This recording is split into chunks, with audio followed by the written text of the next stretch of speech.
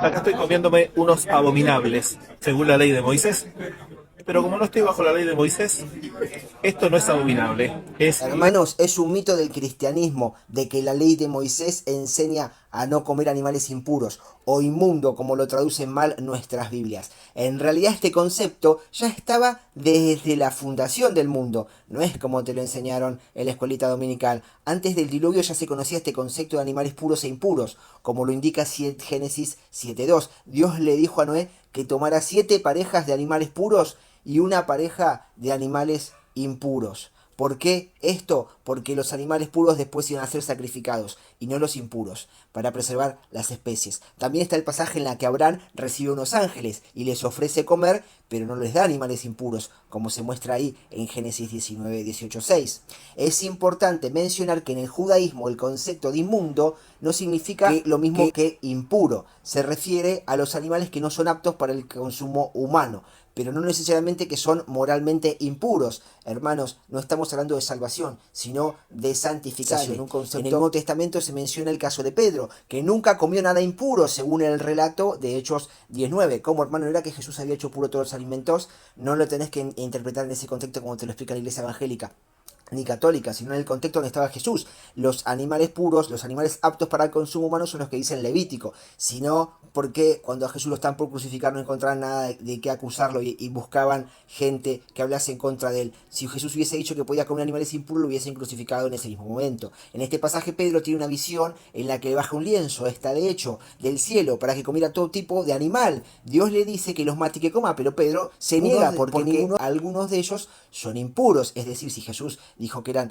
puros todos los alimentos, porque Pedro nunca comió ningún animal impuro, hermano. Dios le responde que no debe llamar impuro a lo que él ha hecho limpio. Este episodio se refiere a la aceptación de los gentiles, a la fe del Mesías, pero no que volvieran a comer animales impuros. También es interesante mencionar que en la revuelta de los macabeos, y esto no lo vas a estudiar en ningún libro de teología ni en los seminarios, contra los griegos antes de Jesús, 2 siglos antes de que naciese Jesús, habían profanado el templo los griegos y pusieron una estatua de Zeus. Lo peor que pudieron haber hecho es sacrificar un cerdo dentro del templo. Y así fue que se causó la revuelta de los macabeos. Esto muestra la importancia que se le daba al consumo de animales puros. Y además, cuando Pablo habla de que somos templo del Espíritu Santo, se refiere a un estado de pureza, no necesariamente de salvación o pecado porque comamos algo impuro. En ese sentido no debe entrar nada impuro en el templo del Espíritu Santo, como se menciona en 2 Corintios 6:16. paso, me los comeré dando gracias a Dios. Y ya sé, Marcos 7:18.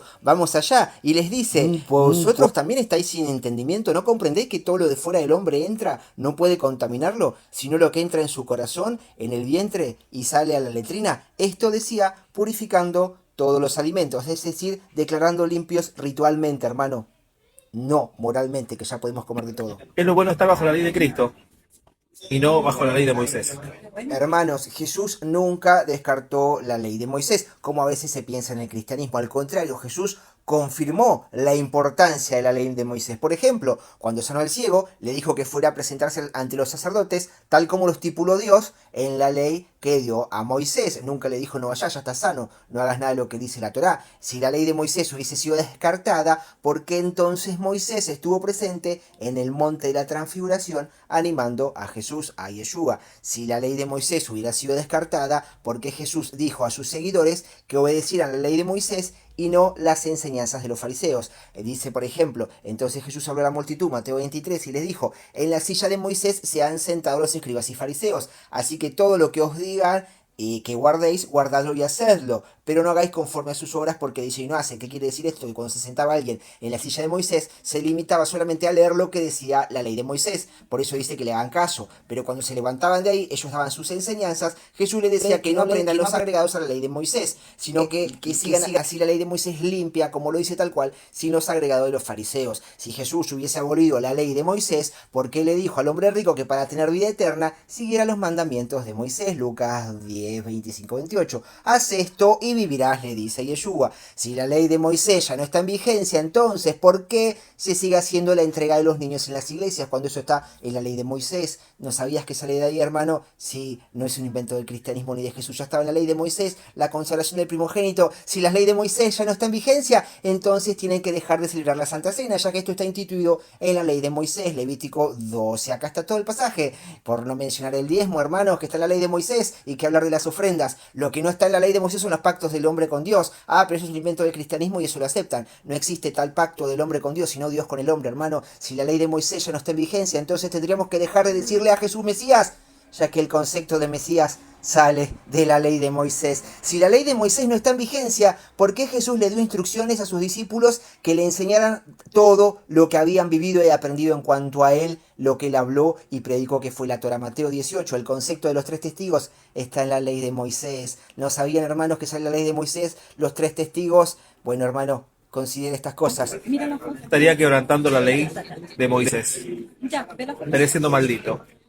Ya vimos por las escrituras que no comer animales carroñeros, es decir, por ejemplo, cerdos, es por un tema de santificación, no de maldición, ni mucho menos de salvación. Pero vamos a ver a qué se refiere entonces Pablo con la maldición de la ley, pero de las mismas escrituras.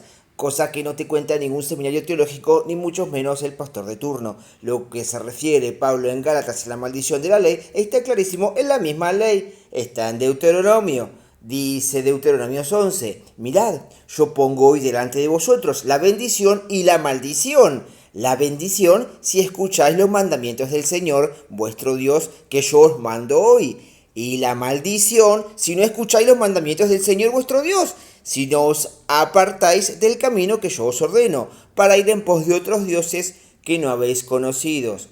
Dios envía a Moisés al monte Gezrín y Esbal. En ese momento Dios establece que si el pueblo de Israel sigue sus mandamientos y leyes, según la Torá que dio a Moisés, serán bendecidos. Pero si la desobedecen, vendrán las maldiciones sobre ellos. Así que la maldición de la ley es simplemente el resultado de desobedecerla. Vamos a leer de vuelta a Gálatas en este contexto, hermano, y no sacando especulaciones. Dice Gálatas 3, porque todo el que depende de las obras de la ley está bajo maldición. ¿Por qué? Porque si la transgredimos estamos bajo maldición. Pues escrito está, maldito aquel que no permanece en todas las cosas escritas en el libro de la ley para hacerlas. Es decir, que la maldición no es la ley, sino que la maldición es transgredir la ley. Como en la vida diaria, hermano, si usted pasa un semáforo en rojo, está transgrediendo la ley, y eso tiene consecuencias. Y se continúa el pasaje, y es evidente que por la ley nadie será justificado delante de Dios. ¿Por qué? Porque la ley me muestra que yo estoy en pecado. Entonces añade, porque el justo por la fe vivirá. Pero la ley no es de la fe,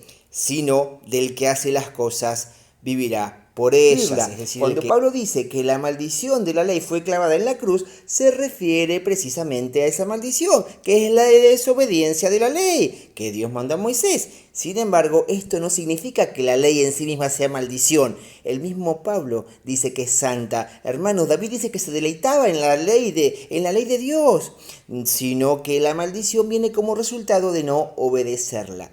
David decía, medito de ella de noche y de día. ¿Por qué meditaba David en la ley de Moisés, de día y de noche? Para no desobedecerla, hermano. Al afirmar que la maldición de la ley fue clavada en la cruz, Pablo está diciendo que Jesús asumió la maldición que nosotros merecíamos por nuestra desobediencia a la ley, y que a través de su sacrificio podemos recibir la justificación por la fe en él.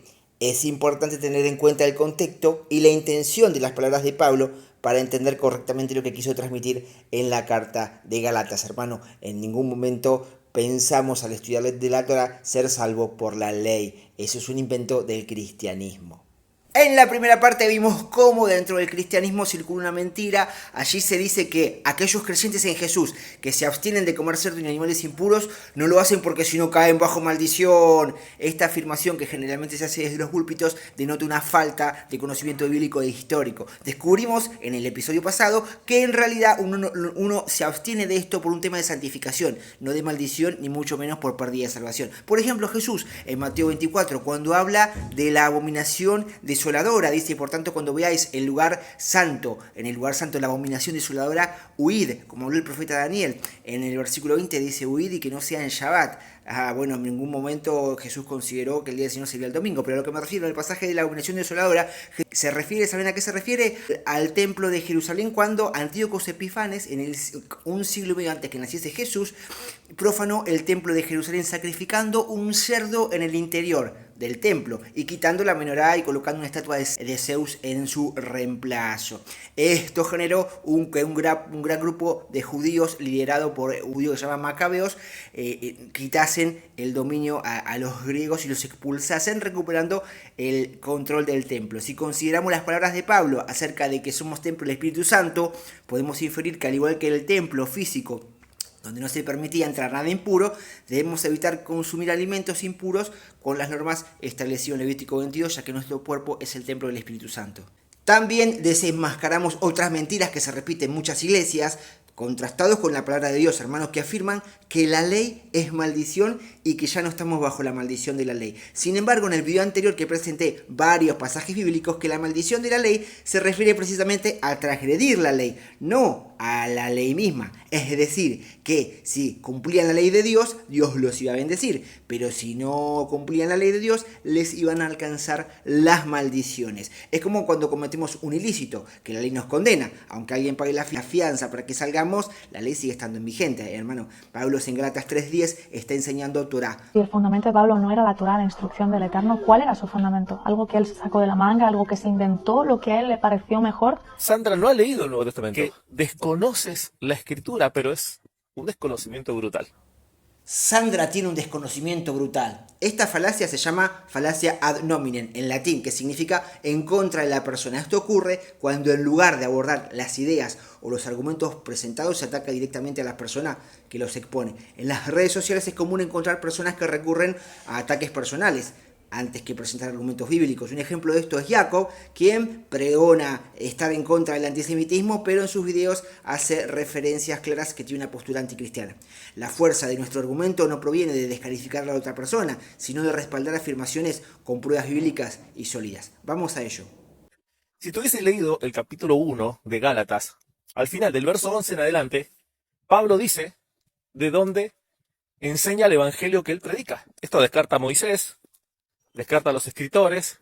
Hermanos, si fuese como dice en el video, que el Evangelio de Jesús descarta a Moisés y a los escritores, entonces Jesús estaría descartándose a sí mismo como Mesías, ya que todos los escritos de Moisés, David y los profetas apuntan hacia él. El fin de la ley es Cristo, fin en griego es telos, que es la meta, el objetivo, a donde apunta. Si Jesús rechaza la ley y los profetas, no tiene manera de probar que él es el Mesías, del cual todas las escrituras hablan. Lucas 24:44, luego les dijo, estas son las palabras que os hablé estando con vosotros, que era necesario que se cumpliese todo lo que está escrito de mí en la ley de Moisés, en los profetas y en los salmos. Cuando Jesús le dice esto a sus discípulos, Pablo todavía no había tenido el encuentro con Yeshua en Damasco. Según el argumento del video, Jesús es una persona que tiene problemas psiquiátricos, es bipolar, ya que supuestamente a sus discípulos les dice una cosa y a Pablo otro. A sus discípulos leímos que les dice que es a través de su vida, muerte y resurrección que tienen pleno cumplimiento la ley en él. Sin embargo, según lo que dice el video, la revelación que recibió Pablo del Evangelio plantea que ese Evangelio descarta a Moisés y a los profetas, ya que supuestamente son irrelevantes. Él recibió una revelación del cielo.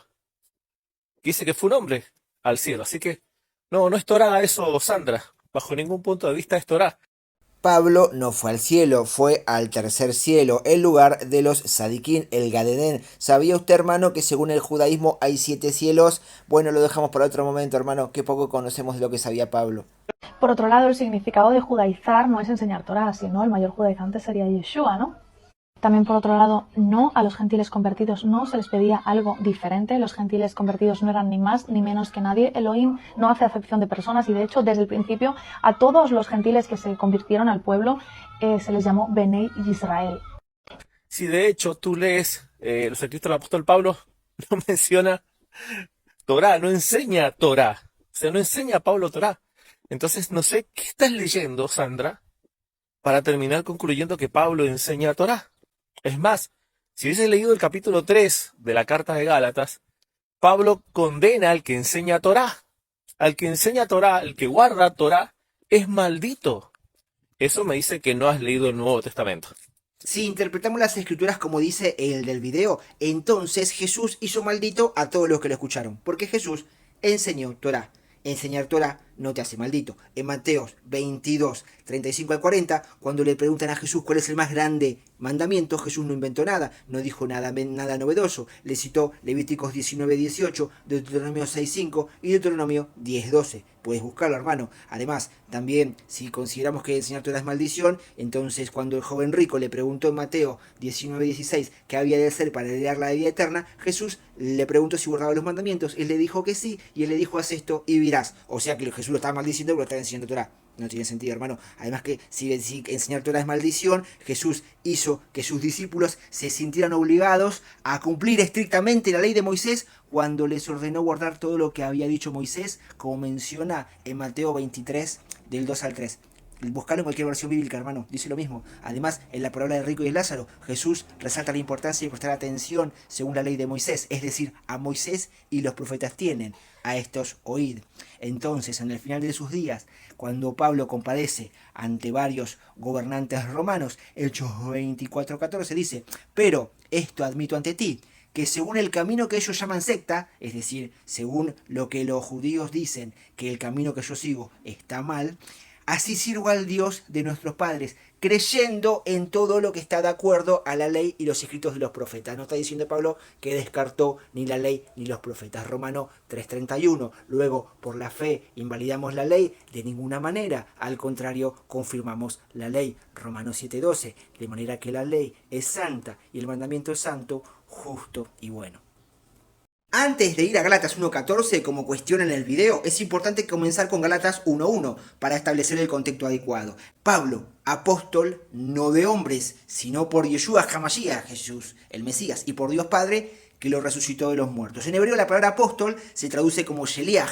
Esta palabra se refiere a un mensajero, enviado, alguien que actúa en representación a una persona, es decir, una persona enviada con autoridad y poder para actuar en nombre de quien lo envió. Eso es apóstol, Sheliach, viene del hebreo. Entonces, ¿por qué Pablo comienza su carta declarándose como un enviado, como un Sheliach de Dios por Yeshua y no por los hombres? Porque Saulo fue a ver al sumo sacerdote, que era la máxima autoridad religiosa en Jerusalén en ese tiempo, y le pidió cartas para las sinagogas de Damasco. Estas cartas servirían como una autoridad oficial y legal para arrestar a los seguidores de Jesús que se encontraban en su camino hacia Damasco. Es decir, Gálatas 1.1 está diciendo que no era enviado según el Bedín, es decir, corte rabínica, sino por el mismo Yeshua que lo está enviando. Vamos a ver qué dicen los comentarios teológicos de Gálatas 1.1. ¿Qué dicen de Gálatas 1.1? Vamos a ver acá en comentario del diario Vivir qué es lo que dice, cuál es el propósito de Gálatas. A ver, refutar a los judaizantes, los que enseñan a los creyentes gentiles que deben obedecer la ley de Moisés a fin de ser salvos. Hermanos, vimos que no es así.